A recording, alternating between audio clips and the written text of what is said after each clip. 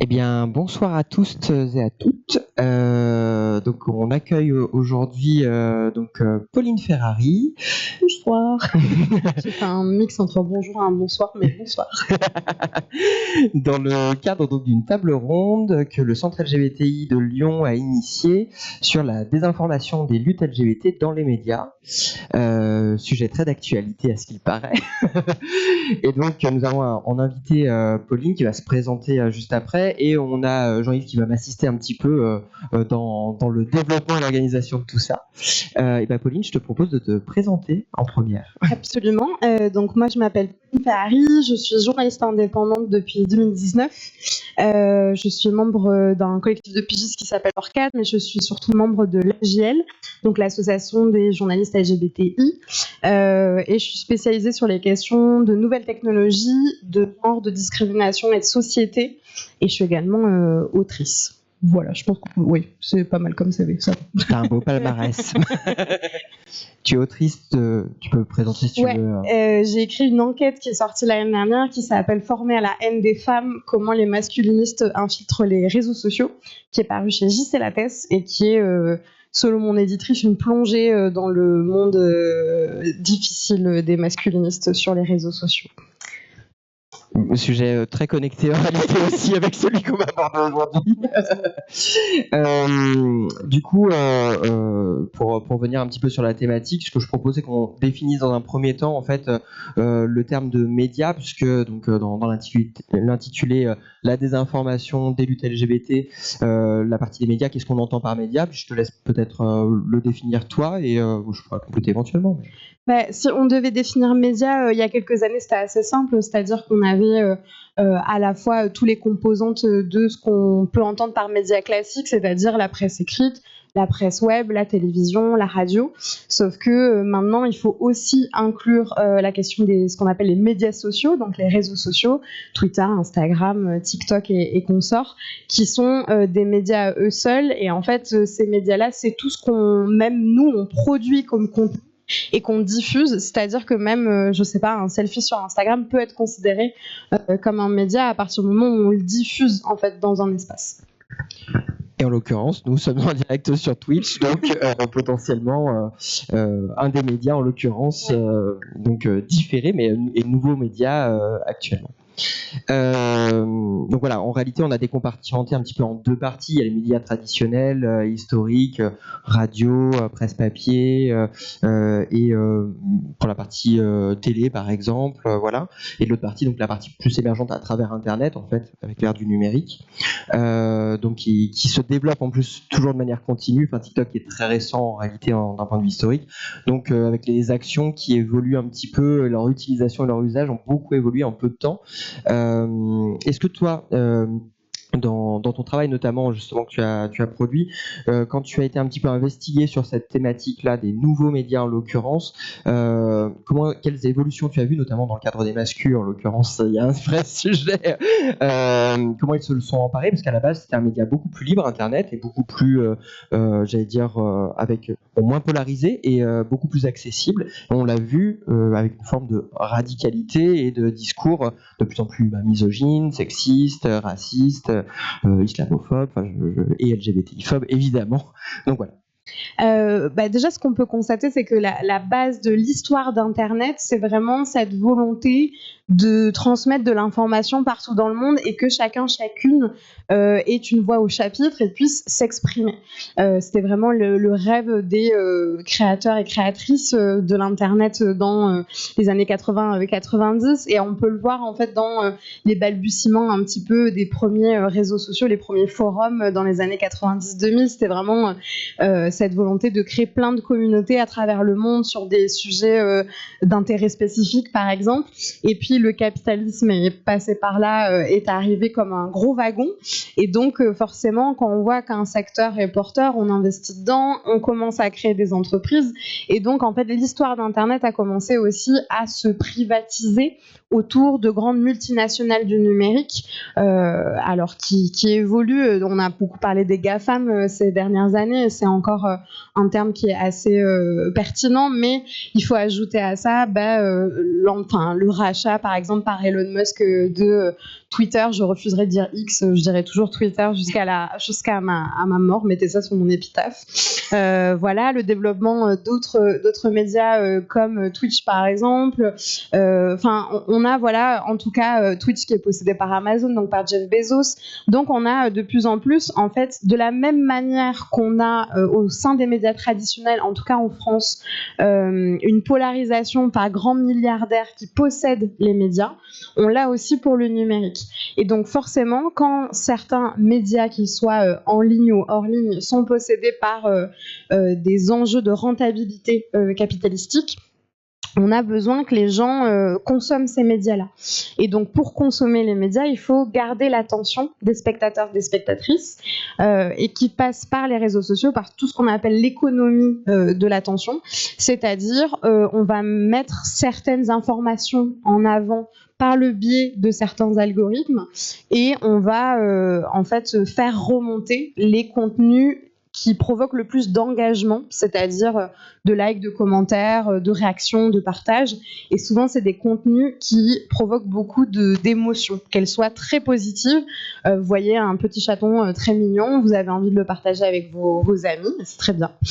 Ou alors, vous voyez quelque chose qui vous révolte, par exemple, un enfant en sang sur un terrain de guerre, ça vous révolte, ça vous énerve. Ou alors quelque chose qui va complètement à l'encontre de vos opinions politiques. Ça peut être la dernière sortie de Pascal Praud, ou ça peut être oui, moi ça m'énerve toujours Pascal Praud, mais Twitch, merci.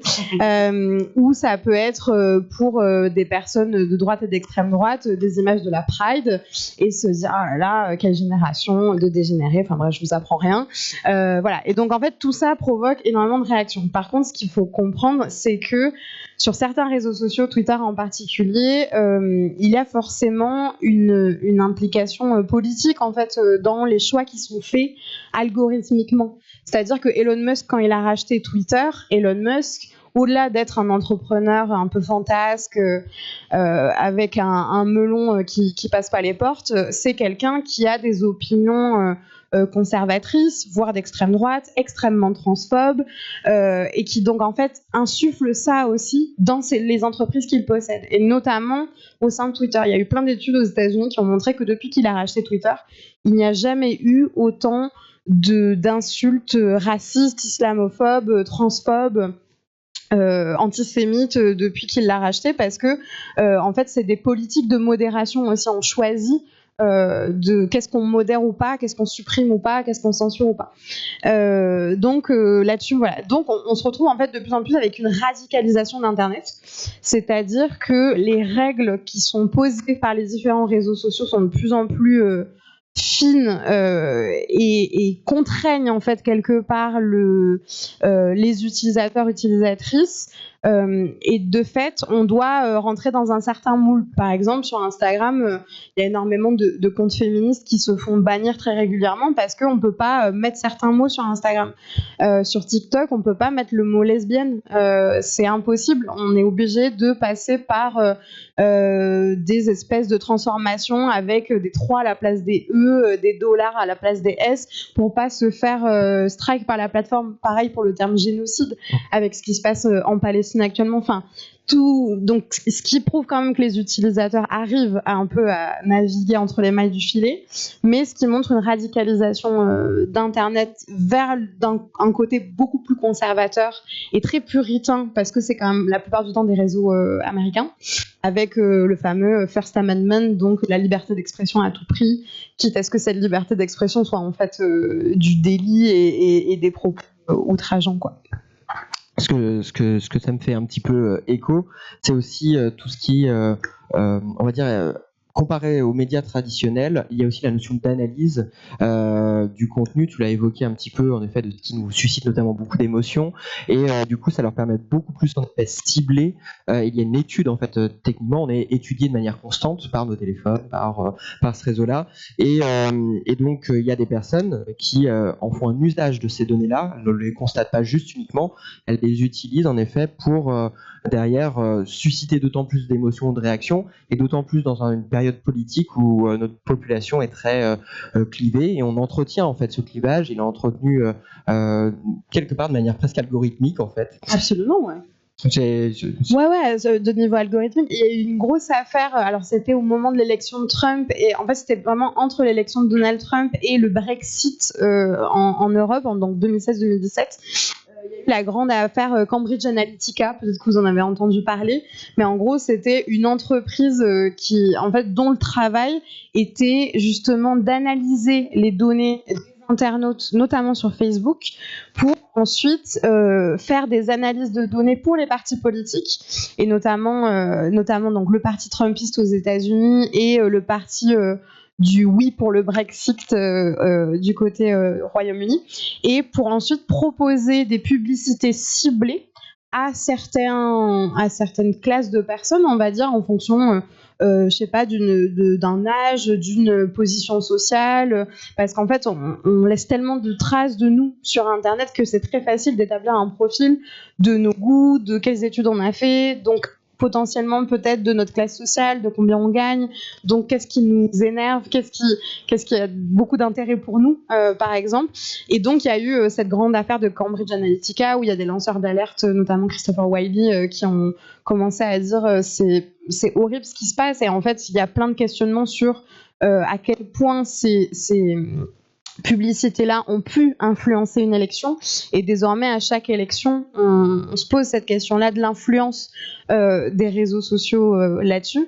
Mais oui, il y a quelque chose d'algorithmique, et c'est assez intéressant, et TikTok change la donne là-dessus. Il y a eu beaucoup d'articles ces dernières années, notamment pendant le confinement, qui disaient comment ça se fait que TikTok s'est rendu compte que j'étais LGBT avant moi. Vraiment mood absolu, mais c'est intéressant en fait, parce que en fait c'est comment un algorithme arrive à travers un faisceau d'indices en fait, de ce que vous aimez, ce que vous appréciez, à poser parfois même des diagnostics sur les questions de santé mentale. Par exemple, on se retrouve sur TikTok avec une grande visibilité autour de certains troubles, certaines conditions aussi de santé mentale, autour de certaines orientation sexuelle et identité de genre. Donc ça, c'est le côté un peu positif et on va dire de sensibilisation et de prévention, et c'est trop chouette. Et de l'autre côté, on peut rapidement tomber dans ce qu'on appelle des rabbit holes, donc des trous du lapin. On commence par un contenu masculiniste, par exemple. On commence par un contenu qui dit ah là là, je suis célibataire, c'est vraiment très triste, je n'arrive pas à trouver quelqu'un dans ma vie. Et en fait, 2 heures de scroll plus tard, on se retrouve avec des vidéos de néo-nazis, quoi. J'allais dire, on vise vraiment ce genre de situation. Joie. Ça peut aller très très vite. Oui, et pour peu que certaines personnes avoir une actualité très active, en effet, en plus, ça nous les push d'autant plus dans l'algorithme. Ouais. Tu parlais à un moment de certains mots qui ont pu être bannis. Nous, on sait que à travers Twitch, en l'occurrence, par exemple, on peut pas appeler sa chaîne Twitch avec le nom de notre sexualité sous couvert, oui, sous couvert justement d'une, j'allais dire d'une protection. Comme si c'était du contenu. Alors plutôt sous couvert pour éviter les LGBTI-phobies, mais sauf qu'en réalité c'est un usage détourné parce que finalement ça invisibilise la communauté. Ils autorisent au niveau des tags maintenant d'utiliser les tags, mais je sais que la chaîne qui rediffuse, qui est Next Gamer en l'occurrence, notre GAY a été un problème, et SOS Homophobie, quand vous aviez voulu créer votre chaîne Twitch pour le premier live caritatif qu'on avait organisé, il a fallu faire une demande, et il y a eu un push sur Twitter pour que le nom SOS Homophobie puisse être utilisé comme nom de chaîne. Donc, ça me rappelle, il y a eu plein d'histoires. Il y a quelques années, c'était Numérama qui avait fait une super enquête sur le fait que, par exemple, il y a quelques années encore, quand on cherchait le terme lesbienne sur Google, ça ne renvoyait qu'à des vidéos pornographiques sur les 3 premières pages. Et il a fallu que ce soit un collectif qui s'appelle SEO Lesbienne, qui est un super collectif que j'adore, qui a dû faire des demandes auprès de Google pour dire mais qu'est-ce que c'est que ce truc. Et donc maintenant, logiquement, quand on tape lesbienne sur Google, on arrive avec des célébrités lesbiennes, avec des actualités, etc. Donc c'est super. Mais il a fallu attendre, si je dis pas de bêtises, je crois que c'était 2014 ou 2015. Donc c'est très tard, c'est vraiment très très tard. Et puis en fait, même si les premières pages, on se retrouve avec du contenu ok, les contenus pornographiques se cachent encore. C'est-à-dire qu'ils sont très bien référencés dans l'algorithme de Google et ça pose un vrai souci là-dessus. Complètement. Là-dessus, j'avais proposé de basculer sur la partie média un petit peu traditionnelle. Tu veux qu'on parle de Figaro, c'est ça? Tu sais, nous, on a eu un article du Point, on a eu cet honneur incroyable il y a quelques temps, par une certaine Nora, que tu vois tout à fait sans doute. Tu veux dire Nora les cheveux roses? Nora les cheveux roses et les sourcils en plus. Nora, la reine, vraiment. Mais en effet, l'idée un petit peu aussi de glisser du coup sur la partie média un petit peu traditionnelle. Qu'à un moment ça va connecter, du coup on pourra faire un petit peu le lien entre les deux, puis laisser aussi la parole au public à un moment. Du coup, sur la partie média un petit peu plus traditionnelle, qui s'est d'ailleurs adaptée du coup aux nouvelles technologies, et d'autant plus en très peu de temps, moi j'ai remarqué, je trouve, vraiment en 5 ans, je trouve qu'il y a vraiment eu un gap. Tu me dis justement, j'ai ce ressenti, et toi, qu'est-ce que tu en vois un petit peu dans ton travail aussi, parce que là, pour le coup, on touche vraiment à ton cœur de taf. En fait, les médias dits traditionnels ont été forcés de passer par la numérisation, j'ai envie de dire, et le passage réseaux sociaux. Pendant longtemps, c'était quand même du service minimum. Hein. On avait un compte Twitter, on avait un compte Facebook, un compte Instagram, mais il n'y avait pas de politique éditoriale qui était très pensée pour les réseaux sociaux. Et en fait, c'est toujours pareil, quand on n'investit pas les réseaux sociaux, qui sont aujourd'hui la première source en fait d'information, notamment des générations les plus jeunes, on laisse un boulevard à la désinformation. Et on laisse notamment un boulevard à l'extrême droite.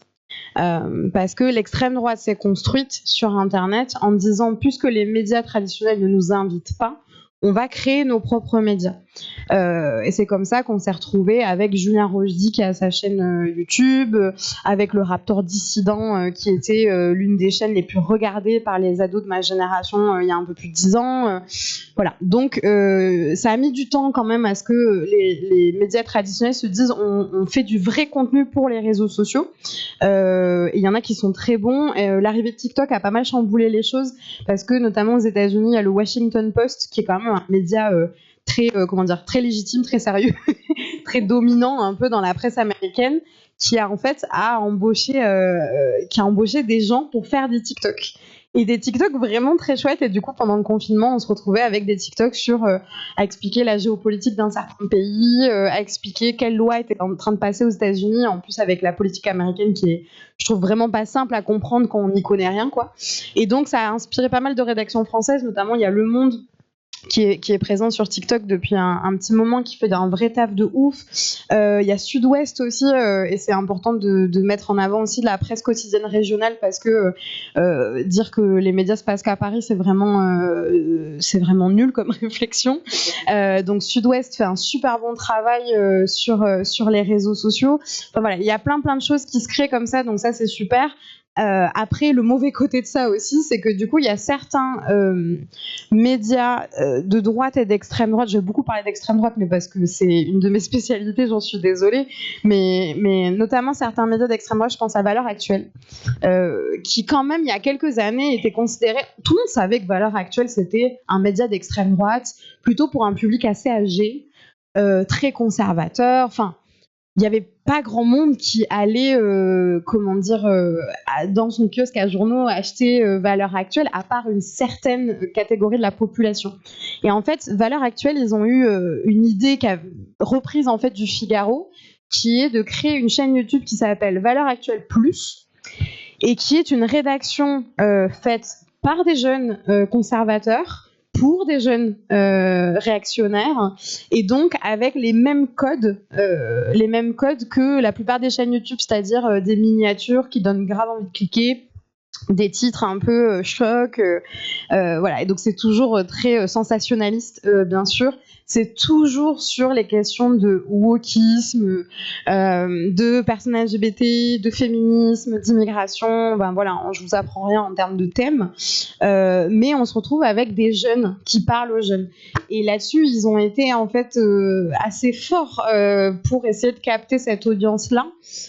Pareil pour Le Figaro, pareil pour les récents médias d'extrême droite, style Livre Noir par exemple, Omerta, qui sont vraiment issus du côté plus zemmouriste, j'ai envie de dire, de la sphère, de la fachosphère, hein, même politique, on va dire les termes. Mais et donc du coup, YouTube aussi un gros terrain d'affrontement pour les médias, parce que ça permet de faire des reportages hyper longs. Moi, je travaillais avec Combini pendant un moment. Alors Combini, il y a beaucoup de critiques à en faire, mais des fois ils font des trucs bien. Et bon, je travaille avec eux de temps en temps, donc des fois c'est cool. Et on a pu faire des reportages de 20-25 minutes, hyper longs, hyper fouillés, et où sur YouTube ça marche super bien. Et donc ça fait plaisir. Et à côté de ça, on peut se retrouver pendant 1 heure à écouter Marguerite Stern sur Livre Noir, quoi. Donc c'est vraiment 2 salles, 2 ambiances. Mais l'algorithme propose ces contenus-là parce que c'est des contenus qui fonctionnent aussi. Donc là-dessus, il y a vraiment un travail à faire aussi du côté des médias de gauche. Je pense. Je sais que l'humanité a vraiment fait un gros travail ces derniers mois pour justement proposer des vidéos verticales, pour toucher les jeunes et tout. Mais pour la plupart des autres médias de gauche, c'est pas trop le cas. Et puis on le sait, du côté de la presse dite communautaire, de la presse LGBT, c'est une presse qui est en train de mourir, hein. À part Tétu, malheureusement, et quelques revues indépendantes, je pense à Well, du côté lesbien, ou La Déferlante, qui traite aussi des questions LGBT, même si c'est pas son cœur de ligne éditoriale. Il n'y a pas grand chose. Et donc déjà que c'est des presses qui sont en train de mourir faute de lectorat, je pense pas, mais à faute de moyens, en fait, surtout, ont pas les capacités et le temps d'investir aussi les réseaux sociaux. Oui, puis nous, il y a 1 an, on a perdu notre presse locale qui était plutôt très connue, hein, Ouais. Hétéroclite. Super nom d'ailleurs. Oui. Vraiment. Oui, vraiment, le nom était parfait. Et c'est vrai que ce qui a fait que Hétéroclite a fermé, c'est des raisons financières, hein. C'est le petit bulletin qui les finançait, et malheureusement le petit bulletin s'est retrouvé dans une situation financière compliquée. Du coup, les premières personnes à aller chercher, ça a été Hétéroclite en l'occurrence. Il se trouve que j'ai eu l'honneur de faire la dernière grande interview d'Hétéroclite, donc il y a quelque chose qui m'a touché à travers ça, et en même temps je me dis c'est injuste que ça soit arrêté là. Et je sais qu'à titre personnel, en tant que coprésident d'un centre, il y a un vrai point de réflexion justement dans l'avenir de cette vie collective dont je fais partie des personnes qui portent cette responsabilité de la faire vivre, de comment peut-être reconstruire un média, comment en fait se le réapproprier pour pas laisser mourir en fait la communication et l'information, parce que l'un des gros enjeux, je trouve, actuellement, c'est justement là où, à mon sens, l'extrême droite, en l'occurrence, a très bien pris le pli, s'est emparé de tous ces médias et des outils et comment ils fonctionnent.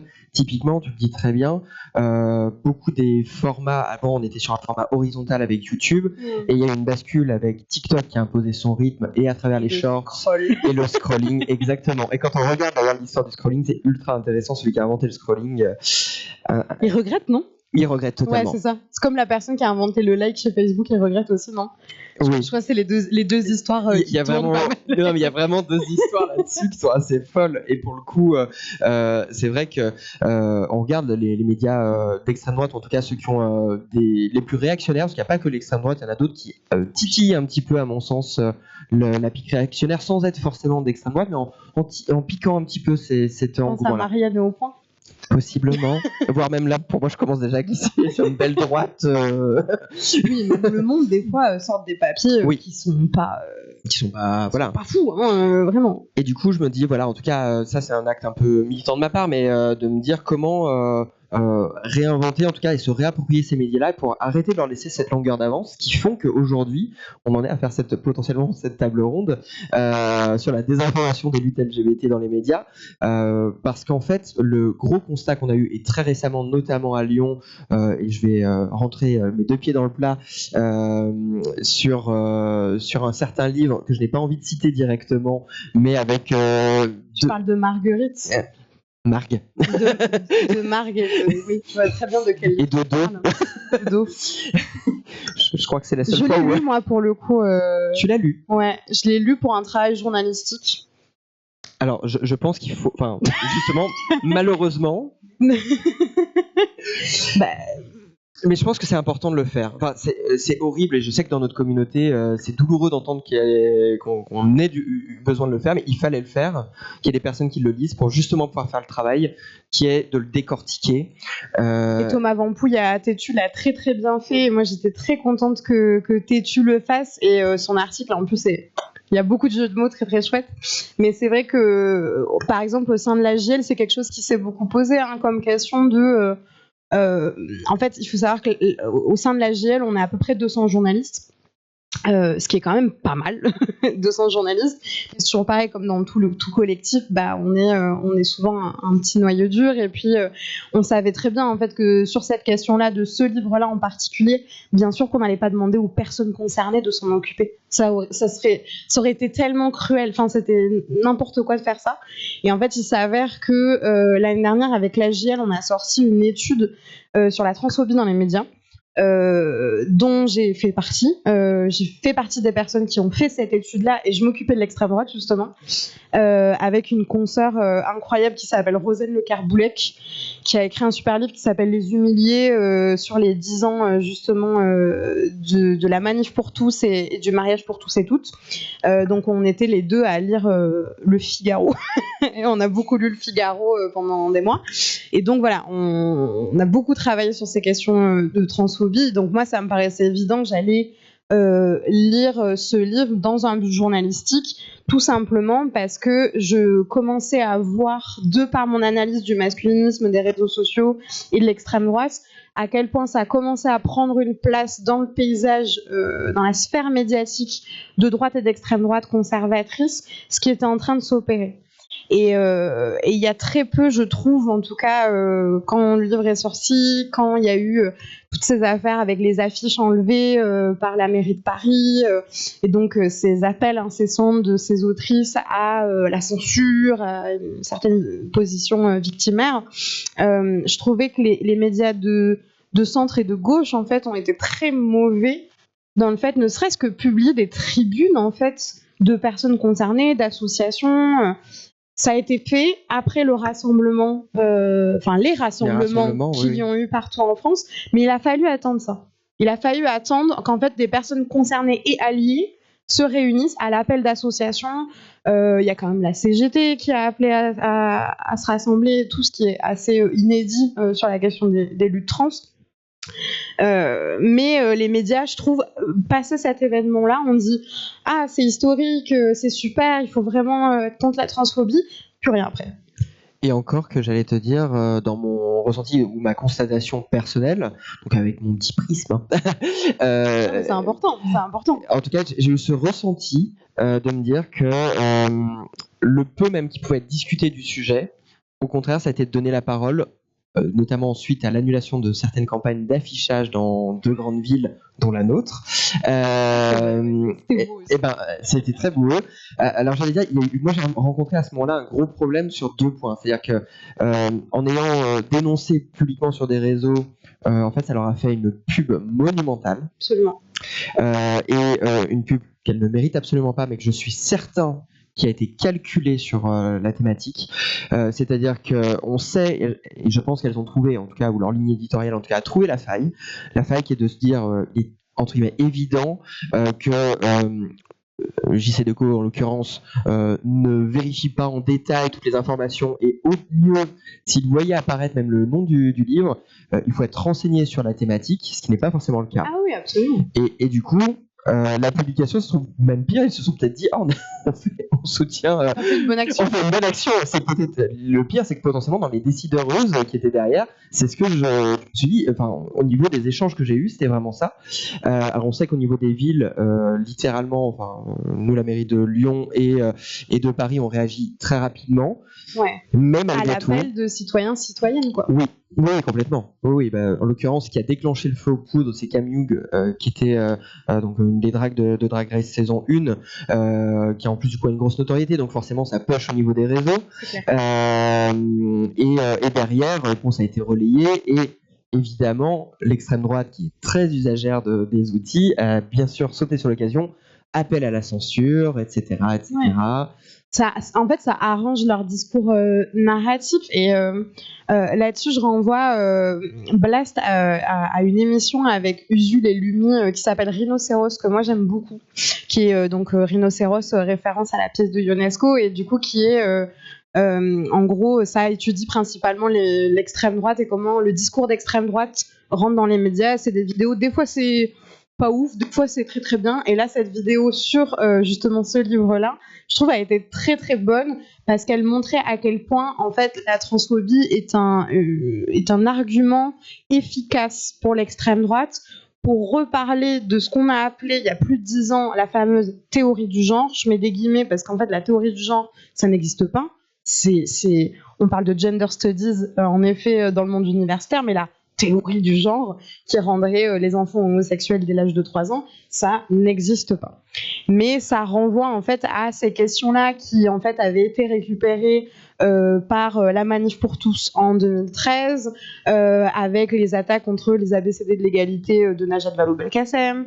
Et là, on se retrouve en fait avec les mêmes systèmes, sauf que la cible change un tout petit peu. C'est-à-dire qu'on passe du début de l'alphabet des LGBT à la fin, et donc on se concentre sur les personnes trans. Mais l'argumentaire elle-même, c'est qu'en fait, ça permet, et notamment ce truc-là de censure, les médias conservateurs adorent ça.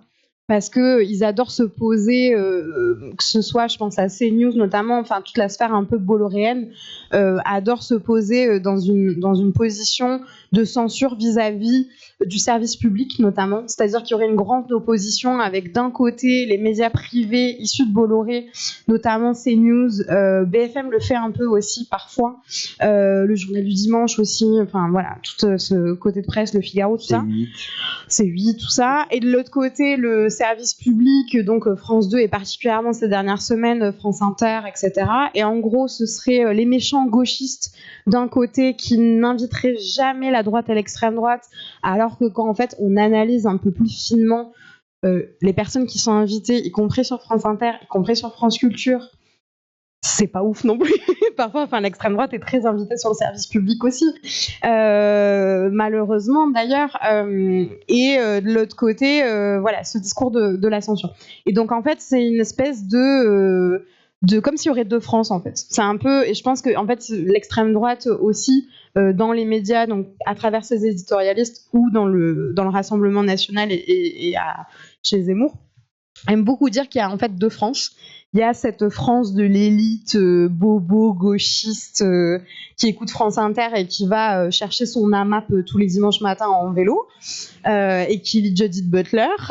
C'est moi. Clairement, voilà, je suis ça, voilà. Et de l'autre côté, il y aurait la vraie France. La France rurale, la France qui se lève tôt, la France qui travaille, une France blanche qui aurait été volée par le libéralisme, par l'immigration, etc. Et donc en fait, ce discours-là, il est porté politiquement, mais il est porté aussi médiatiquement.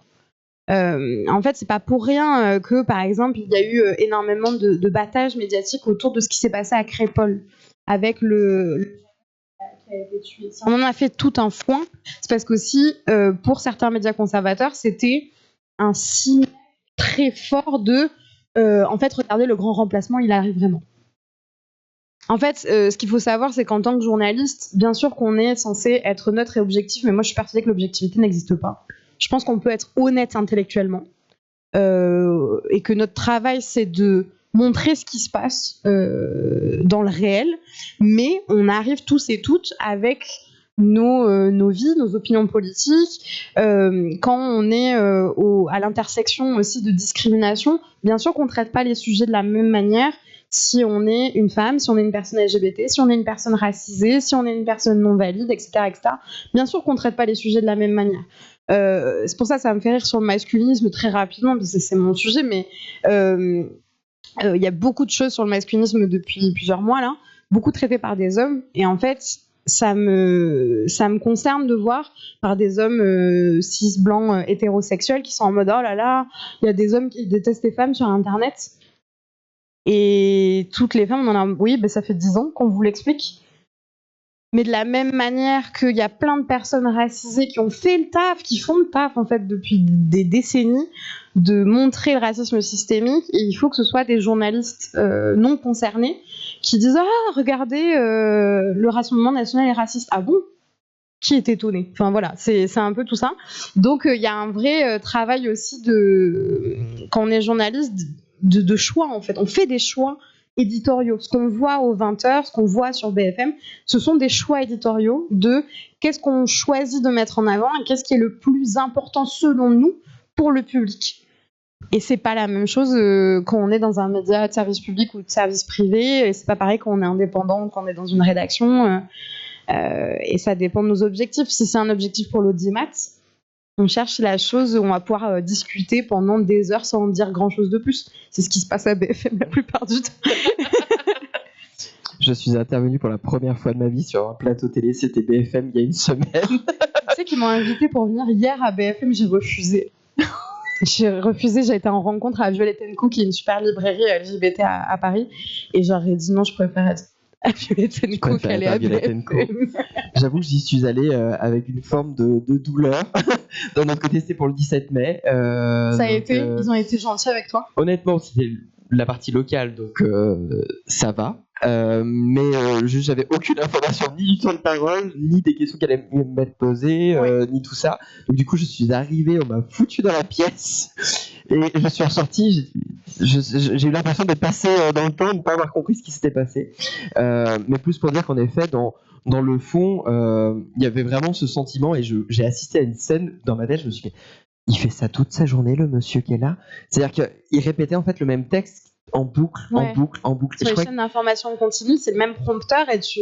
Mais c'est chaotique. Et même intellectuellement, je me dis, le cerveau, il fond à la fin. Il y a une vidéo sur YouTube très intéressante de 2 youtubeurs, un mec qui s'appelle Mister JD, avec un autre youtubeur, avec Usul, où ils ont fait une expérience sociale ils ont regardé BFM pendant 24 heures. Sans s'arrêter, et du coup en fait c'est intéressant parce que montre à quel point les mêmes sujets sont recyclés toute la journée, avec parfois une phrase de différence, des images dont le montage change en fonction de ce qu'on a envie de dire. Et je trouve que toute cette vidéo est très intéressante pour comprendre un peu comment ça marche les chaînes d'information en continu, parce que je pense que BFM en fait c'est rentré dans le quotidien de beaucoup de personnes. Et à raison, en fait, on le laisse en fond. Ça permet d'avoir toujours un œil sur ce qui se passe. Et puis, en fait, quand on travaille en rédaction, pour avoir été en rédaction un petit moment, en fait, on se retrouve avec BFM qui est en boucle tout le temps parce que c'est une source d'infos comme une autre. Oui, je sais que tu vas me dire ce que tu en penses, mais j'ai le souvenir que un des pics en fait, mais d'intérêt sur justement les chaînes d'information en continu, ça a été les attentats Absolument, en France, et c'est ce qui a permis de déclencher en fait l'intérêt des personnes pour ces chaînes-là, et on remarque vraiment une hausse assez fulgurante. Absolument, ouais, parce qu'avec tout ce qui s'est passé au niveau des attentats en 2015 avec Charlie Hebdo, etc., en fait, les gens avaient peur. Et donc forcément, quand on a peur, on a envie de se tenir informé. Je me rappelle déjà, moi j'étais adolescente et j'étais à Toulouse à l'époque où il y avait eu l'attentat de l'école Osa Torah avec Mohamed Merah. C'était les débuts justement des chaînes d'information en continu vraiment dominantes, je pense à iTélé notamment. Je me rappelle dans le lycée dans lequel j'étais, on avait super peur et on se rassemblait dans la cafette pour voir qu'est-ce qui se passait parce qu'on n'avait pas d'informations de l'extérieur. Et donc je pense que dans des situations en effet de crise, on a besoin de savoir. La question c'est que entre j'ai envie de dire 2012 et maintenant, le monde a évolué aussi, et avec nos smartphones, on a la possibilité d'être informé tout le temps. Mais d'ailleurs, c'est une information qui devient parfois un peu submergente pour les individus parce que on se retrouve avec des notifications tout le temps. BFM, ne serait-ce, fait des flash infos pour des choses des fois qui sont Il pas n'y a rien de flash. Hein. Enfin, c'est une alerte info qui est pas tant une alerte. Enfin, plein de choses comme ça en fait qui font que ça met aussi dans une situation d'hypervigilance. Et je pense que notamment pour beaucoup, enfin des personnes de l'âge de mes parents, de mes grands-parents qui regardent BFM beaucoup, ça peut aussi conduire à une certaine vision de la société qui est très différente. Que ce qu'elle est vraiment. Parce qu'en fait, si on regarde un peu la ligne éditoriale de BFM, par exemple, c'est beaucoup sur les questions de criminalité, d'attaque à la personne, d'immigration aussi. Mais en gros, si on regarde BFM pendant 24 heures, on a l'impression que le monde est en train de s'écrouler. Exactement. On parle de prise d'otages, on parle d'attentats, on parle de guerre, etc. Et en plus, avec un CNews qui est un cran encore au-dessus. Exactement, avec des débats. Chez CNews qui posent des questions de est-ce que les personnes devraient exister, quoi. Donc là-dessus, ça peut être très anxiogène, quoi. Je vais donner la parole à Jean-Yves parce que. Pardon, je parle beaucoup. Faut m'arrêter, faut me dire de me vérifier. C'est bon. Ça marche. Je peux peut-être juste proposer de préciser un peu la notion de désinformation. Ouais, bien sûr. De voir un peu qu'est-ce que c'est, pourquoi ce néologisme, pourquoi on ne parle pas simplement de mensonge, quels sont les processus et surtout peut-être de préciser à quelle fin est-ce que c'est utilisé. La désinformation, alors c'est vrai que dire mensonge ce serait vachement bien et je pense que ce serait beaucoup plus utile pour tout le monde. On parle des informations parce que ce sont des mensonges qui sont déguisés en informations. Et donc ce sont alors du coup j'allais dire des faits, pas du tout, mais on va dire quelque chose, ou en tout cas on a une information qui nous vient, qui paraît tellement réelle qu'on pourrait croire que c'est une information comme les autres. Et c'est tout le principe de la désinformation, c'est de mettre en avant quelque chose qui est suffisamment, on va dire, tangible pour qu'elle soit crue par la plupart des gens. Ce qui peut prendre parfois la forme de théories conspirationnistes aussi. Quand je pense à des théories LGBT-phobes, par exemple, c'est toutes ces espèces de fake news et donc de désinformation transphobe qu'il y a sur Brigitte Macron, sur le fait qu'il y aurait un espèce de complot, que Brigitte Macron serait une femme trans et serait née sous le nom de Trognon, je crois, enfin bref, tout ça là-dessus. Ben, en fait, on se retrouve sur les réseaux sociaux avec une forme de désinformation parce que les personnes qui vont transmettre cette information-là le font comme s'ils venaient de lire un article de presse. Et donc, c'est la question de la désinformation, c'est là où elle est compliquée, c'est que plus technologiquement parlant, moins on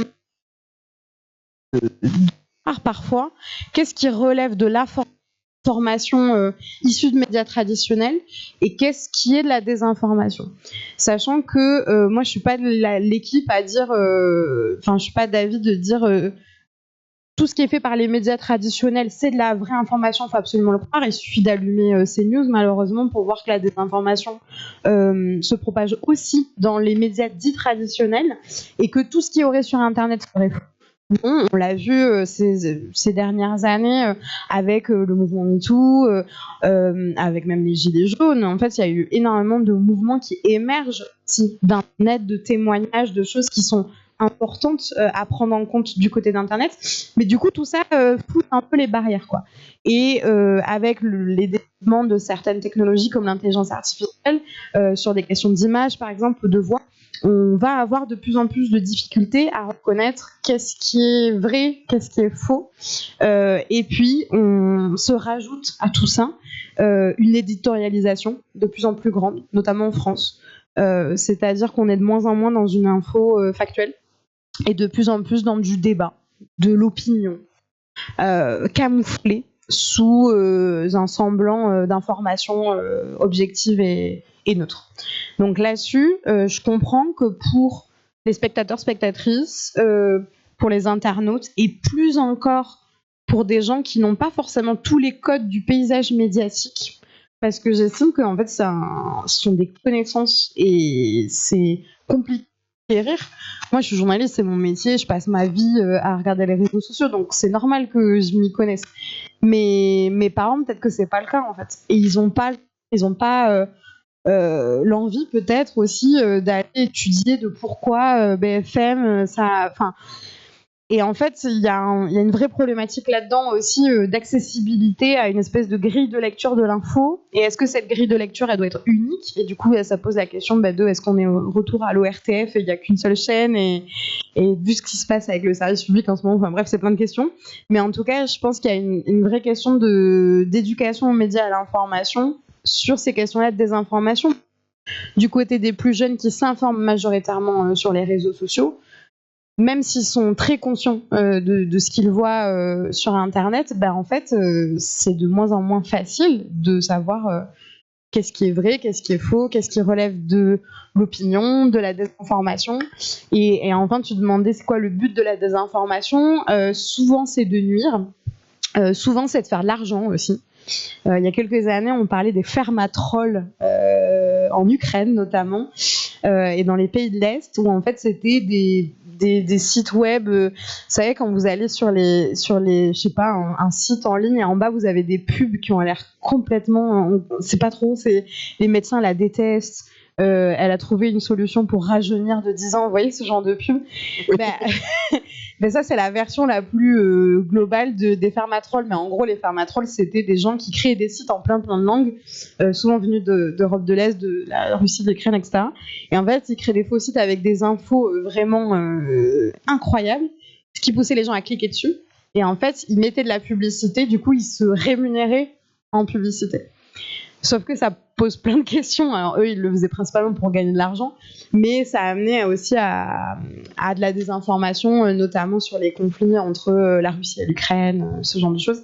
Mais oui, il y a beaucoup de fermatrolls il y a quelques années qui ont été fermés, mais il y en a toujours certaines qui apparaissent de temps en temps. Ça me fait penser un peu ce que tu dis au rapport à ce qu'on appelle l'allégorie de la caverne, entre guillemets le rapport au réel, que cette allégorie retrace plutôt bien avec la notion des ombres en l'occurrence, et les personnes qui vivent dans la caverne croient que c'est la réalité, que c'est leur monde, et bon voilà, alors qu'en réalité non. Et du coup en fait moi pourquoi est-ce que j'ai voulu aussi amener cette thématique de la désinformation, c'est parce que justement un des vrais combats aujourd'hui de notre militantisme, c'est qu'il est attaqué dans son être le plus j'allais dire le plus essentiel, et en fait à quel point, y compris dans nos communautés, et à Lyon on l'a plutôt bien vécu, enfin mal dans le sens voilà, est capable potentiellement certaines personnes d'intérioriser en fait cette désinformation comme une réalité, et derrière comment il y a une vraie réflexion de se dire comment est-ce qu'on peut entre guillemets retrouver un rapport d'échange pour les sortir et de leur retrouver un chemin d'information. Voilà. Est-ce que toi tu as entendu un petit peu parler par exemple d'homonationalisme par exemple? Oula. Ce genre oui. ce genre d'horreur. Mais qui est en fait une réalité beaucoup sur certains publics, les personnes trans en l'occurrence, les TDS, personnes travailleuses du sexe, les personnes racisées, les personnes intersexes, et les femmes en l'occurrence, toutes les femmes. Et on voit qu'en effet, il y a beaucoup de ces questions-là. Donc voilà. En fait, là-dessus, c'est des stratégies, là encore, politiques, que ce soit sur l'homonationalisme ou que ce soit sur le fémonationalisme. Donc, même chose que l'homonationalisme, mais pour les femmes. Je pense notamment à la grande Thaïs Descuffon, ou du collectif Némésis, etc. Mais en fait, il y a un peu ce truc-là. Enfin, moi, j'ai beaucoup étudié les femmes à l'extrême droite, par exemple, et sur pourquoi, en fait, il y a des femmes qui se revendiqueraient de l'antiféminisme. Ça paraît complètement contradictoire. De la même manière, pourquoi il y aurait des personnes LGBT qui iraient plutôt vers l'extrême droite alors qu'on sait historiquement que ce sont des forces politiques anti-LGBT. Enfin, ça paraît en fait complètement aberrant, quoi. Et en fait, ce qui motive ces deux phénomènes, souvent, c'est le racisme.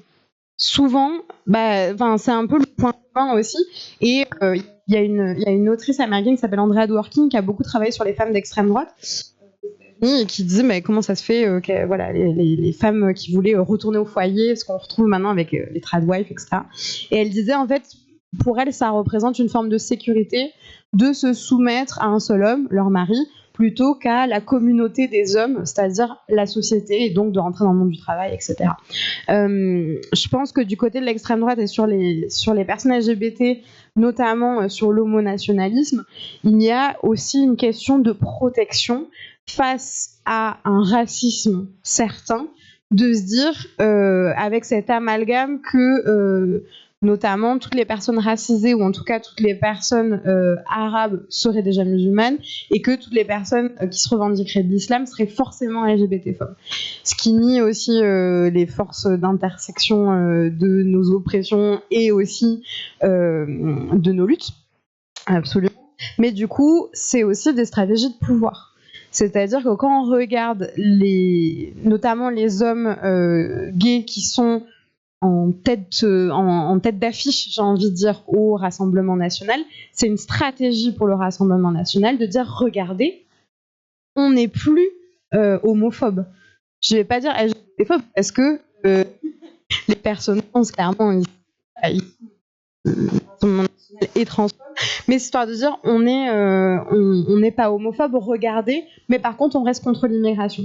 Et du coup de refaire un petit peu cette idée-là en disant au final le vrai danger, y compris contre les personnes LGBT, c'est l'immigration. Ça leur permet de recruter aussi chez une certaine partie des personnes LGBT qui sont peut-être moins politisés aux enjeux intersectionnels, qui ne vivent pas peut-être une intersection des oppressions, et qui sont peut-être dans un cadre de vie où en effet comment dire, ils sont racistes en fait tout simplement, mais souvent c'est une intersection là-dessus quoi. C'est aussi promettre des choses, et en fait mais de la même manière que le Rassemblement national met de plus en plus de femmes à sa tête pour montrer une image dans le stéréotype de genre, mais très douce, mais même j'allais dire de jeunes personnes. Ah oui. Parce que je pense à leur président en l'occurrence qui a un certain engouement pour certains homosexuels par exemple. Donc, je pense à Jordan Bardella. Oui, je voulais éviter de le noter, mais de le dire, mais vas-y, oui, tu as raison. J'ai vu des tags sur lui quand je suis arrivée à Lyon. Bravo Lyon. Par rapport à son incident à Tolbiac. Bon, très bien. Qui saura. Mais voilà, en effet, et pareil, je pense par exemple à Marion Maréchal en l'occurrence du côté voilà, oui. C'est l'avenir, c'est voilà, c'est une belle femme en plus, voilà, il y a cette association, il joue de ça, et il y a vraiment, moi j'ai remarqué dans les discours des personnes, et tu as raison, autant hommes que femmes, un rapport presque de sexisation à l'extrême droite en l'occurrence, et dans le sens on va utiliser ce vecteur très animal, tiens d'ailleurs, comme porte d'intérêt, et comment, entre guillemets, j'allais dire, un petit peu s'en prémunir et faire attention à ce que les nouvelles générations ne tombent pas dans ce piège-là, en fait. C'est tout, c'est la grande question. C'est la grande question, comment on fait pour que Jordan Bardella ne devienne pas un top sur TikTok, et top pas dans le bon sens du terme, plutôt qu'il devienne genre, oui c'était une blague un peu niche, mais c'était comment on évite en fait qu'on se retrouve avec plein d'édits de Jordan Bardella au ralenti comme ça, avec une super musique, enfin bref, là-dessus je pense que déjà il y a un vrai travail collectif, individuel et collectif, de la part des mouvements de gauche, et en fait ils le font déjà, des mouvements féministes, des mouvements queer, des mouvements antiracistes, d'investir les réseaux sociaux. Ils le font déjà, mais comme je le disais auparavant, malheureusement, comme on est face à des plateformes qui empêchent aussi la diffusion de ces idées-là, parce que vraiment pour suivre plein de militantes féministes et queer sur internet, il y a des gens qui font des genres très très drôles, et encore plus drôles que des édits de Jordan Bardella, vraiment. Mais la diffusion est moindre parce que comment dire, ce qui se passe, c'est que la haine sur internet est tellement violente que en fait ça touche très très fort. Là où les gens de droite, à part on leur dit vous êtes de droite, ils sont en mode voilà, ils ouin. Alors que du côté de la gauche, être attaqué sur son identité, sa couleur de peau, son orientation sexuelle, son identité de genre, ça refout au placard, hein, sans mauvais jeu de mots.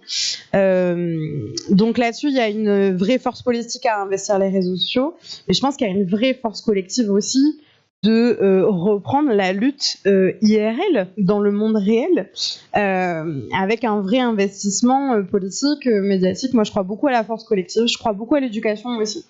C'est pour ça que je fais de lycée aussi, parce que je trouve que c'est important, et justement arriver à décoder un peu à décoder ça avec les ados, parce qu'en fait ils sont très conscients en fait de qui est Jordan Bardella, mais c'est vrai qu'un TikTok, c'est marrant, c'est joli, pourquoi pas. Enfin, en fait, le truc, c'est que les argumentaires de droite fonctionnent tellement bien sur Internet qu'il faut réussir à les contrer. Et si on les contre pas par d'autres médias, en fait, on se retrouve face à une guerre de discours. C'est très dur, une guerre de discours. C'est un peu qui on va réussir à convaincre, sachant qu'à partir d'un certain âge, c'est compliqué de convaincre quelqu'un. On peut juste écouter ses arguments.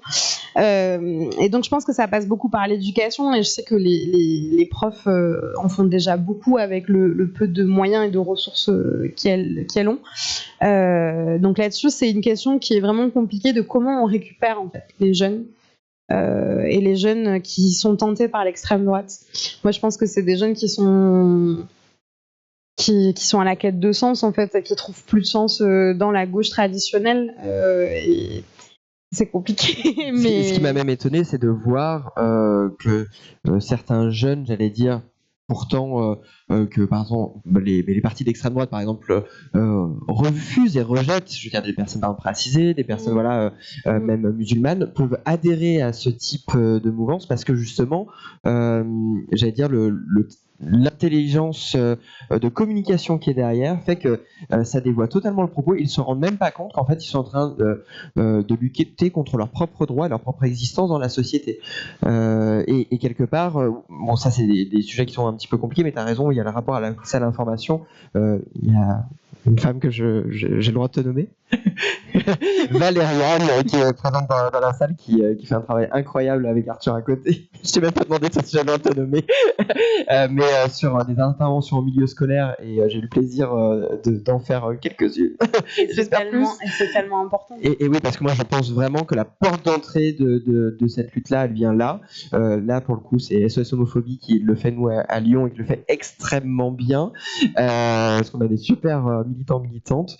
Et je pense que c'est vraiment un axe de développement de la lutte, justement, pour la faire comprendre, et aussi essayer de faire comprendre un point, et ça je me rappelle que dans les interventions on le dit clairement, mais le message qu'on cherche à faire passer, c'est pas d'avoir plus de droits que les autres, parce que l'un des points sur lesquels tu veux dire le lobby LGBT, exactement, le fameux lobby LGBT que j'utilise, on a tout l'argent de c'est quoi, qu'est-ce qu'elle dit l'autre, de Pharma, de Big Pharma, oui. Tout à fait. Je suis tellement riche, je sais pas toi, mais moi je suis tellement riche. Je suis très riche. Je suis très riche au chômage. Donc toute la question du lobby, mais c'est pareil pour le féminisme. Enfin, moi quand j'interviens sur les questions de genre, vraiment égalité, enfin moi j'ai l'impression d'arriver de dire des banalités quand je suis en classe, en mode les filles et les garçons on devrait être égaux, voilà. Enfin j'ai l'impression que c'est vraiment basic quoi, mais et j'ai des jeunes qui me disent les féministes, voilà, c'est globalement ça, et je leur dis toujours mais pensez que les filles et les garçons devraient avoir les mêmes droits? Oui. Je dis vous êtes féministe? Ils m'ont dit non. On n'a pas les cheveux bleus et pas des poils sous les bras. Non, mais c'est voilà, ça. mais c'est à peu près ça. Et je suis en mode. Je trouve qu'il y a les luttes féministes, il y a une vraie désinformation. Enfin, tu vas peut-être même mieux en parler que moi, mais la lutte féministe, il y a eu vraiment une énorme désinformation. Merci le masculin. Exactement. Merci au masculin, voilà. Et derrière, je trouve que ça a été même la première porte d'entrée.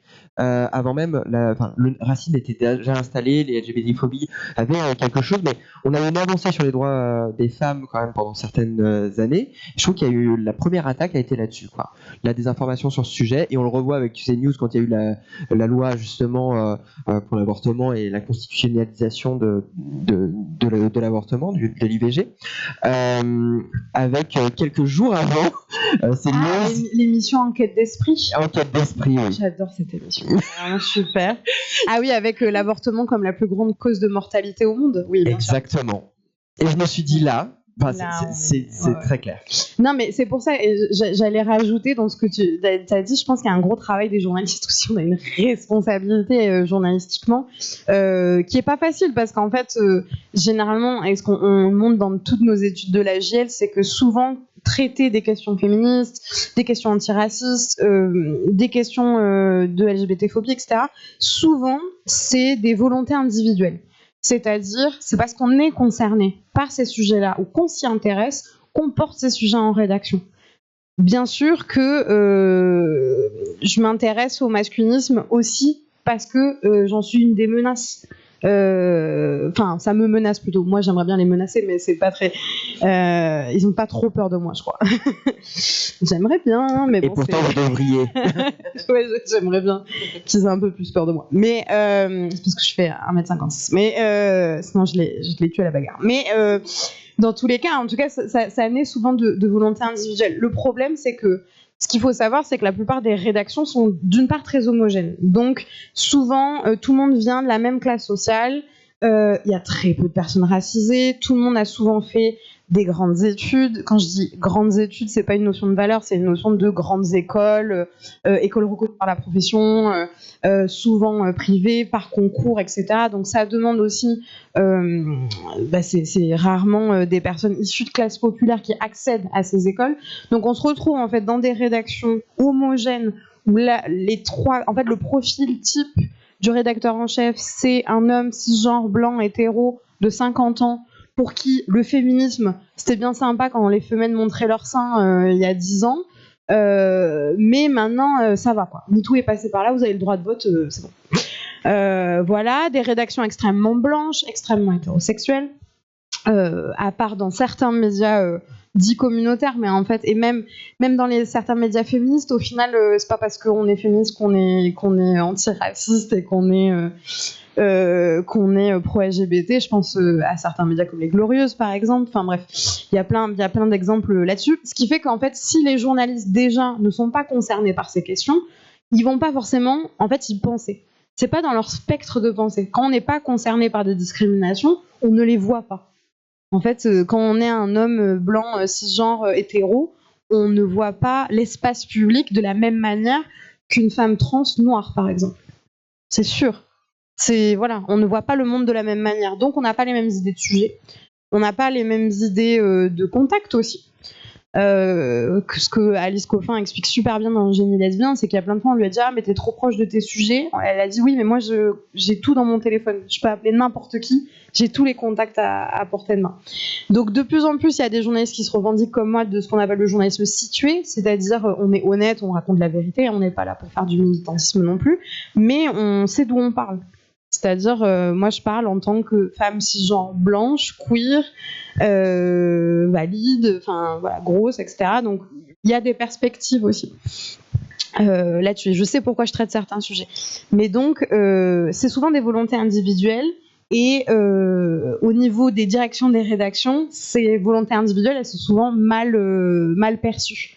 Parce que, pareil, Alice Coffin en parle très bien, c'est vécu comme du militantisme, c'est vécu comme des sujets de niche. Donc ça met du temps à bouger. Ça commence à arriver parce qu'on a des journalistes de plus en plus jeunes dans les rédactions qui sont de plus en plus conscients et conscientes de ces enjeux-là de discrimination, mais ça met beaucoup de temps. Et je pense que ça va en mettre beaucoup de temps. Et souvent, les journalistes indépendants qui portent le plus ces sujets-là, en fait, se retrouvent face à des rédacs qui disent non, c'est bon, on a autre chose à traiter, quoi. Il y a plus urgent. Il y a eu une prise d'otage à Sceaux, enfin des trucs comme ça, quoi. Donc ouais, ça reste compliqué. Et puis la presse a plus d'argent en fait. Donc on veut mettre de l'argent dans des sujets qui vont ramener de l'audimat. Et on a un peu toujours cette idée que les questions sociales et de discrimination, tout le monde s'en fout, quoi. Je propose, Jean-Yves pose une dernière question. Non, c'est moi qui ai mal répondu. Ce serait juste peut-être pour développer sur ce dernier point, je propose d'aborder le sujet de l'agenda politique des évangélistes et de la droite conservatrice américaine. Puisque là, le lien, c'est justement celui-là. J'en profite pour rappeler quand même que la Cour suprême américaine a fait sauter le droit à l'avortement aux États-Unis il n'y a pas très longtemps. Et que de nombreux États aux États-Unis font sauter tous les droits des personnes trans avec des lois, mais vraiment transphobes, quelque chose d'hallucinant. Est-ce qu'on connaît vraiment l'étendue de cette influence en France? Est-ce qu'on connaît vraiment le fonctionnement dans les réseaux de cet agenda politique? Je remets mes lunettes. Pardon. Il y a les lunettes qui sont sorties. Je vais te répondre en tant que... Je ne suis pas spécialiste du sujet, mais je vous renvoie à ma consoeur Rosane Le Carboulet, qui est vraiment, elle, très très spécialiste des liens, notamment entre l'Église, les médias et les mouvements anti-genre en Europe. Et notamment, elle a fait une série de papiers à la fois pour Mediapart et pour Arrêt sur Image sur les nouveaux médias de la droite et de l'évangélisme. Et notamment, elle a fait un super article là, qui est sorti il y a quelques jours sur Arrêt sur Image, sur le média des jeunes cathos qui s'appelle Alteia. Voilà, et je renvoie aussi, il y a une super enquête de Télérama il y a quelques mois sur qui s'appelle Saint Bolloré, un truc comme ça, et sur en fait comment Bolloré, après avoir acheté plusieurs médias, comme Bolloré vient quand même lui-même d'une famille catholique très pratiquante, lui-même est un fervent défenseur des valeurs de l'Église, en fait, arrive à insuffler ça dans les médias aussi qu'il rachète. Je pense que tout le monde est au courant ici que malheureusement Bolloré a aussi une influence politique sur les lignes éditoriales des médias. Cette influence politique, elle est aussi religieuse et politique. Vous le savez, Manif pour tous, la droite et les cathos, comme ça. En tout cas, une certaine partie de l'Église catholique conservatrice. Et donc, ça opère un peu les mêmes choses que ce qu'il y a aux États-Unis avec, au final, une évangélisation des médias, c'est-à-dire une place prépondérante, on va dire, de la morale évangéliste et chrétienne et religieuse, en fait, dans les médias dits mainstream et à travers une certaine éditorialisation. On se retrouve comme ça avec... alors, donc, on a Alteia, mais on a en fait plein d'autres médias qui paraissent pas forcément catholiques et qui sont même pas les plus anciens. Par exemple, si on regarde La Croix, qui est un média quand même assez ancien, La Croix, ils sont super, hein. Enfin, vraiment, ils font quand même globalement des articles de très grande qualité, pas du tout dans un prosélytisme, pas du tout dans un côté anti-droit des femmes ou LGBT. Enfin, je trouve que pour le coup... mais à côté, on a quand même l'émergence de médias conservateurs. Donc, il y a Alteia, il y a aussi un magazine, vous avez peut-être vu dans des relais, qui s'appelle 1000 raisons de croire. Je vous jure que c'est vrai. Ils ont osé. Les unes sont vraiment drôles. Et pareil, mon amie Rosanne a fait beaucoup d'articles là-dessus et sur en fait les liens, parce qu'on remarque quand on regarde l'ours, donc l'ours c'est en fait la partie du média qui vous permet de savoir qui est à la rédaction en chef, d'avoir les noms un petit peu des gens, qui c'est qui édite, avoir un petit peu de sources sur en fait qui fait tout ça quoi. On retrouve beaucoup de curés, d'évêques, voilà. Et donc je crois qu'il y avait même un article sur Matrix dans l'un d'entre eux. Ou le Seigneur des Anneaux, je crois.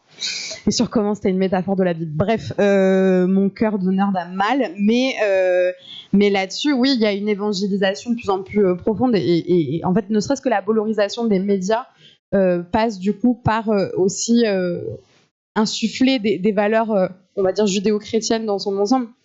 Et on le voit dans le traitement, par exemple, du conflit israélo-palestinien depuis quelques mois, ou en fait, dès qu'on s'attaque à quelque chose qui est considéré comme hautement moral pour l'Église catholique. Et je pense que sur les questions de LGBT-phobie, c'est ça qui se passe aussi.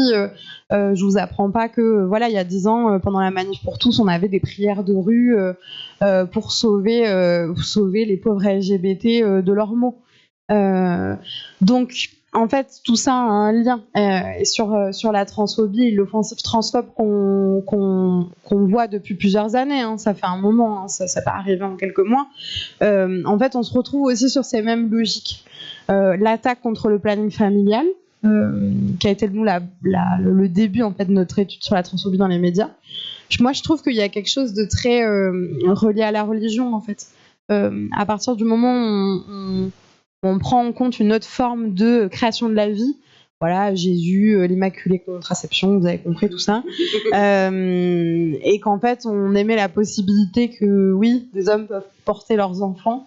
Je sais pas, je pense qu'il y a quelque chose qui s'attaque un peu aux valeurs fondamentales de la chrétienté, dans une certaine vision de la chrétienté. C'est toujours pareil, on a des personnes croyantes et LGBT qui... Il y a eu une table ronde, je vous laisserai la parole, mais qui a été portée par SOS Homophobie il y a une semaine sur justement les religions et le rapport aux LGBT. Et, alors je vous laisserai peut-être concilier ça fois. Et c'est trop bien, parce qu'en fait, ce qu'on se retrouve, c'est avec juste de la désinformation par rapport à une certaine vision de la religion. Mais comme ça a été fait avec l'islam, comme ça a été fait avec le judaïsme, enfin, je veux dire. Oui, en plus, il y a eu des périodes où la disais. lecture actuelle qu'on a des religions, elle est totalement orientée. Quand tu parlais pour toi de ton travail de journalisme, je parle de mon point, mais je le reconnais, je le sais, et donc j'en fais quelque chose. Là, de la même manière, c'est qu'aujourd'hui, on a l'instant T d'une manière de gérer les religions et de les accueillir dans la société. En plus, en France, nous, on a un historique qui est dans la tête de beaucoup de pays, en l'occurrence absolument impossible. L'athéisme n'existe pas. Enfin, voilà, la structure de notre société est très particulière et du coup, on vit une désinformation d'ailleurs de la part de certains pays sur ces questions-là et des attaques très virulentes en l'occurrence. Et en effet, le rapport à la religion dans notre société actuelle est un vrai sujet. On voit qu'il y a eu un net recul historiquement par rapport à 100 ans. Le nombre de croyants-croyantes a en effet donc radicalement diminué. Mais néanmoins, par contre, très peu d'années, moi je trouve qu'il y a eu un regain en effet en tout cas de leur place dans l'espace public. Et s'il n'est pas très clair, il est tout le temps pourtant bien présent. Typiquement, pour le coup sur CNews, tu regardes Enquête d'esprit quoi. Mais c'est vrai que, et tout comme je crois que c'est sur France 2. Le jour du Seigneur, tous les dimanches, Tous les jours. juste avant l'émission de foot et de rugby. Exactement. Et ça en dit long d'ailleurs, quel public est capté à travers ce schéma-là. On parle de service public, donc on estime que la religion majoritaire en France, c'est aussi le catholicisme. Enfin, c'est le catholicisme. Et comme quoi il faudrait en faire une émission dedans plus, alors que ça pose une vraie question. La séparation de l'Église et de l'État. Exactement, voilà, il y a vraiment ce sujet. Est-ce que je peux vous proposer de donner la parole aux intervenantes, aux personnes qui sont présentes. Ici, sur le petit chat, il y a des personnes qui souhaitent poser des questions, je les lirai aussi. Vous levez la main si vous voulez la parole. Toujours gênant, la première personne qui doit se lancer. Ouais, il y a toujours une personne qui doit se lancer. Il fait le tour de la caméra, il arrive vers toi. Merci. Tout d'abord, merci pour cette table ronde et puis ce sujet qui est super intéressant et qui nous touche. C'est vrai que je vais me positionner. Je m'appelle Valériane et je suis militante à SOS Homophobie. Comme tout le monde, j'ai un feed sur les réseaux sociaux qui dépend des algorithmes. J'ai appris il y a pas longtemps qu'il fallait que je change un truc dans la section, pour avoir du contenu qui était politique, sans en être informée par Instagram. J'ai trouvé ça absolument horrible. Ce que je trouve aussi un peu particulier, c'est que j'ai étudié un peu les écritures journalistiques, c'est quelque chose qui m'intéresse beaucoup, et du coup je suis pas mal de médias. Je suivais beaucoup Brut. Je trouve que c'est un média qui prend une tournure qui m'inquiète, parce que c'est vraiment de l'information instantanée, beaucoup de faits divers où on a l'impression que la violence est en train de prendre beaucoup de place, alors qu'en fait non, je pense que ça a toujours été comme ça, mais que maintenant qu'on en parle de manière instantanée, on a cette sensation que ça vient frapper à nos portes et que la violence est partout. Enfin bref, du coup je me pose quand même cette question par rapport au shadowban, donc des communautés militantes et notamment de notre communauté LGBTI+, et de médias qui me semblaient être des médias un peu alliés et qui commencent aussi, que je pensais aussi indépendants, et j'ai la sensation que ça part du mauvais côté. Qu'en pensez-vous? Qu'est-ce qu'on peut faire? Voilà. What the fuck? C'est des questions que je me pose aussi. Je sais pas si ça te rassure ou pas, mais c'est des bonnes questions parce qu'en effet, j'ai l'impression qu'en fait beaucoup de médias ont un peu, des soutiens à géométrie variable en fonction de l'ère politique aussi.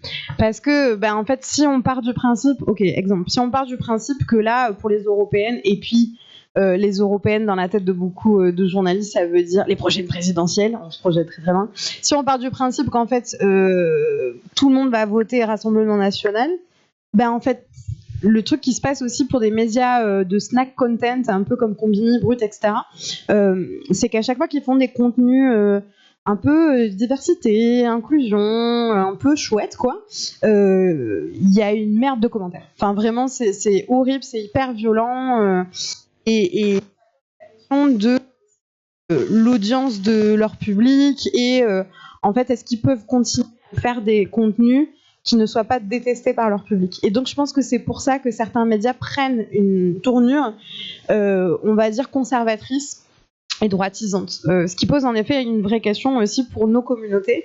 Je pense qu'il y a une vraie nécessité de faire média en faisant collectif. Et je pense en passant par Internet, parce que ça reste un espace qui est gratuit aussi, on connaît les difficultés financières des médias. Et moi, je suis de plus en plus partisane, je vais faire un comparatif très bizarre, mais de la même manière que l'extrême droite, quand à une période a été virée de certains réseaux sociaux, s'est constituée sur des réseaux plus privés. Je pense à Discord, je pense à des canaux Telegram, etc. Je me demande si en fait, il faudrait pas, nous aussi, qu'on crée des médias, ou en tout cas des espaces de partage et de discussion dans des espaces qui soient nos safe places. C'est-à-dire, on sait très bien que si on crée un compte Instagram, j'en sais rien, un compte Twitter, des TikTok sur ces enjeux-là, je pense notamment au Crisps Île-de-France, qui fait des super vidéos TikTok sur l'éducation à la sexualité et tout. Les commentaires sont horribles, enfin, ça donne pas envie de créer du contenu. Et en fait, se dire, est-ce qu'on peut pas créer des espaces numériques et même hors ligne, en fait, où on pourrait créer des communautés safe. Après, ça pose la question, bien sûr, de l'entre-soi et de comment on arrive à toucher des personnes qui ne sont pas sensibilisées à ces questions. C'est plein de questionnements que je me pose. Vraiment, je les partage aussi parce que, par exemple, avant, moi, j'utilisais beaucoup Twitter. C'était vraiment, en tant que journaliste, même en termes de veille de sources d'information, c'est impossible maintenant d'utiliser Twitter. C'est trop violent. Et en fait, en tant que journaliste indépendant, par exemple, on l'utilisait beaucoup pour promouvoir notre travail. Et maintenant on peut plus le faire. Donc maintenant on est aussi, je pense, à un moment d'évolution des médias dans tous les sens du terme, mainstream, en ligne, hors ligne, etc. Et j'ai l'impression qu'on ne sait pas trop encore dans quel sens ça va aller. Mais moi je suis très partisane il faut se protéger avant tout parce que c'est un environnement qui est violent. Moi, je pense que c'est la priorité, c'est se protéger et de faire en sorte, de créer du collectif entre nous, quoi. Mais c'est des très bonnes questions que je me pose absolument aussi. Est-ce qu'il y a quelqu'un d'autre qui veut poser une petite question dans l'assemblée? J'ai l'impression d'avoir des places soirées, je suis désolée. Vas-y, enchaîne. Parle bien dans le micro. Enfin, Oui, là on m'entend. Du coup, ça me pose la question aussi en tant que profession, donc journaliste, le réseau journalistique, etc. Est-ce qu'il n'y a pas des mouvements qui sont en train de se créer, comme des syndicats ou je sais pas, pour sauvegarder un peu entre guillemets l'éthique de la profession? Parce que en effet, en rendant accessible aussi l'information via les médias comme par rapport aux réseaux sociaux, il y a aussi plein de personnes, et je pense notamment aux masculinistes, qui se posent comme, ils vont faire leur chaîne YouTube, ils vont faire du contenu, des vidéos, et ils vont informer, ils disent qu'ils donnent des informations. Et du coup, tout le monde s'invente un peu journaliste, et comment on sauve aussi un peu la profession, comment on la rend plus éthique, et par l'éthique aussi, défendre j'ai pas envie de dire ça, mais quelque part on vit dans une société qui est censée avoir des valeurs démocratiques, et il y a des lois. Donc en fait, moi ce qui me tue aussi, c'est de voir à quel point les contenus qui sont des délits, en fait c'est pas des opinions, c'est des délits, c'est des contenus qui sont hors la loi, qui sont sur les masculins, c'est vraiment l'appel la haine contre les femmes. J'ai vu que là apparemment il y avait un attentat qui a été déjoué par rapport à la flamme olympique, où il y avait un masculin qui allait qui avait envie d'être violent envers les femmes. Bref, c'est très mal tourné ma phrase, mais en tout cas voilà. Qu'est-ce que tu en penses? Je pense qu'on est face à, en effet, à un moment de notre profession, il va falloir qu'on se positionne aussi. D'une part, comme je disais, moi ce qui m'énerve le plus, c'est d'une part ce recours à l'éditorialisation permanente et au débat permanent avec ce qu'on appelle les toutologues, donc c'est-à-dire des gens qui sont experts en tout, mais surtout en rien. On voit toujours les mêmes têtes dans les médias, enfin il y a un gros problème là-dessus. Au niveau de la presse indépendante et des journalistes indépendants, ça bouge beaucoup, parce que les journalistes indépendants sont souvent les plus précaires.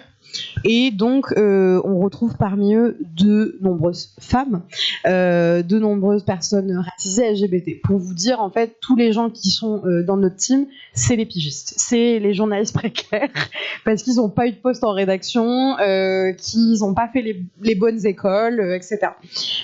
Et donc là-dessus, ça s'organise. Je pense notamment au sein de la GL, nous on essaye de faire des choses.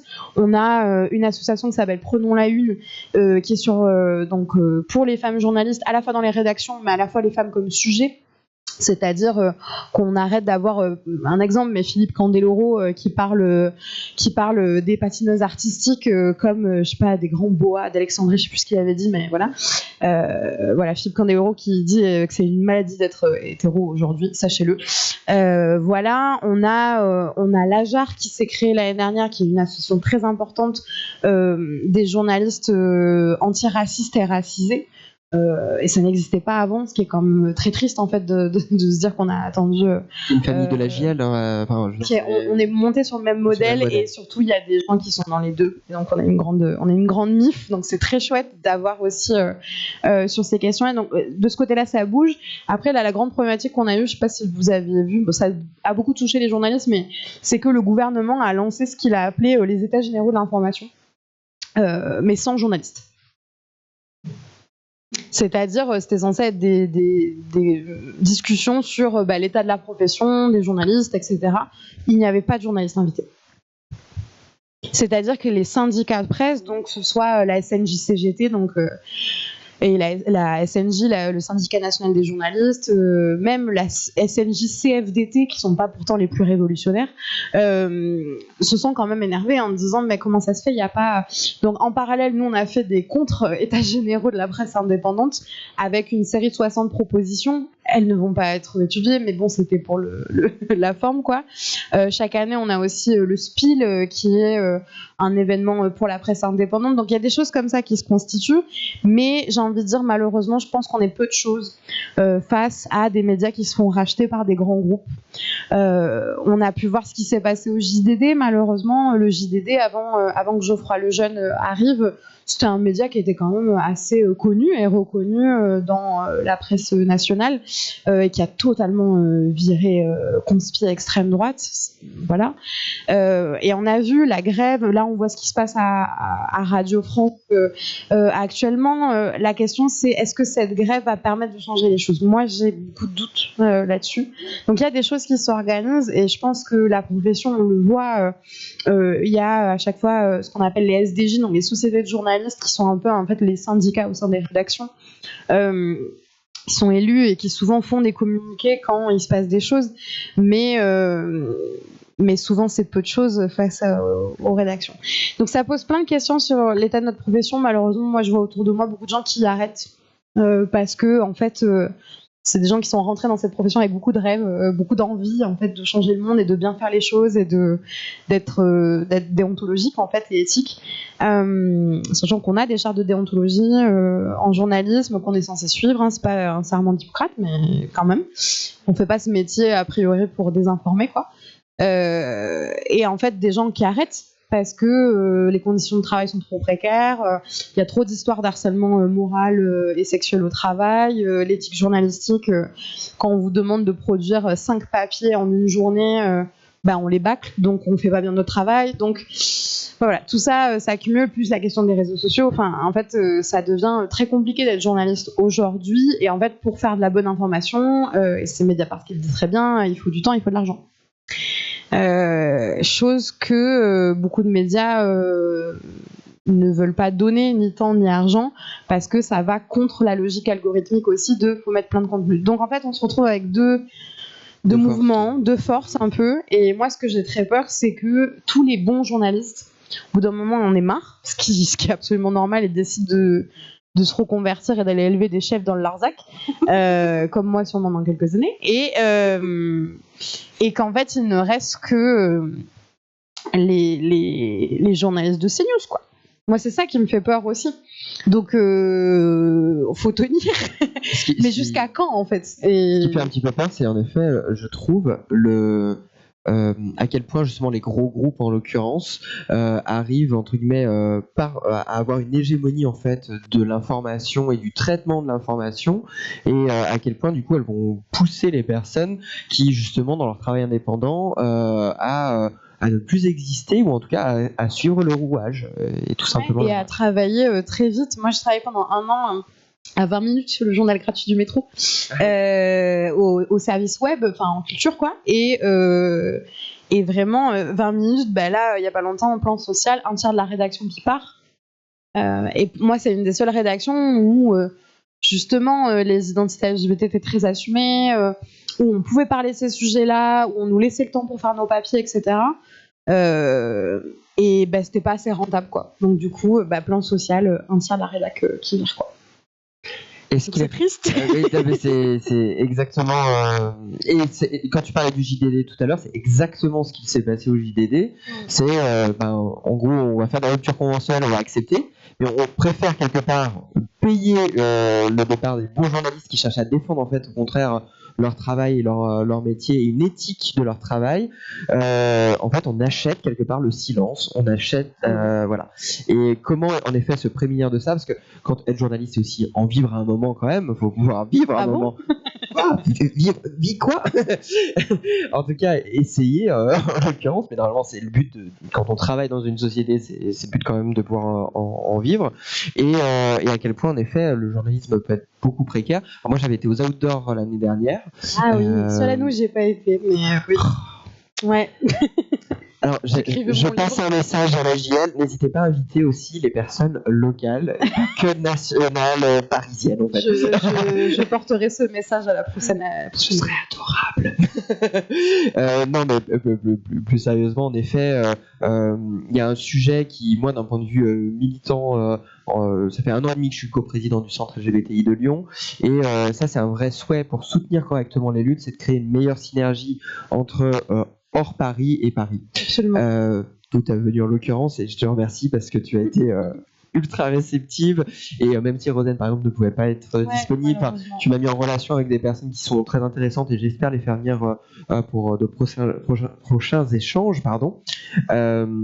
Mais en effet, d'avoir cette rupture qui est des fois un peu classiste entre Paris et le reste, et aller chercher en fait l'information, parce que elle doit se distiller dans toutes les couches de notre société. D'où le fait aussi qu'on se rediffuse sur Twitch, voilà, et avec mon autre association dans laquelle on rediffuse beaucoup de choses sur Twitch, justement pour qu'elles soient accessibles, y compris quand tu es dans le Larzac en train d'élever tes chaises. Exactement. Donc voilà. En tout cas, je vous propose, à moins qu'il y ait une autre question qui a pu être émergée. Bon. Est-ce que tu veux dire un mot de la fin ? J'espère que c'est pas trop déprimant.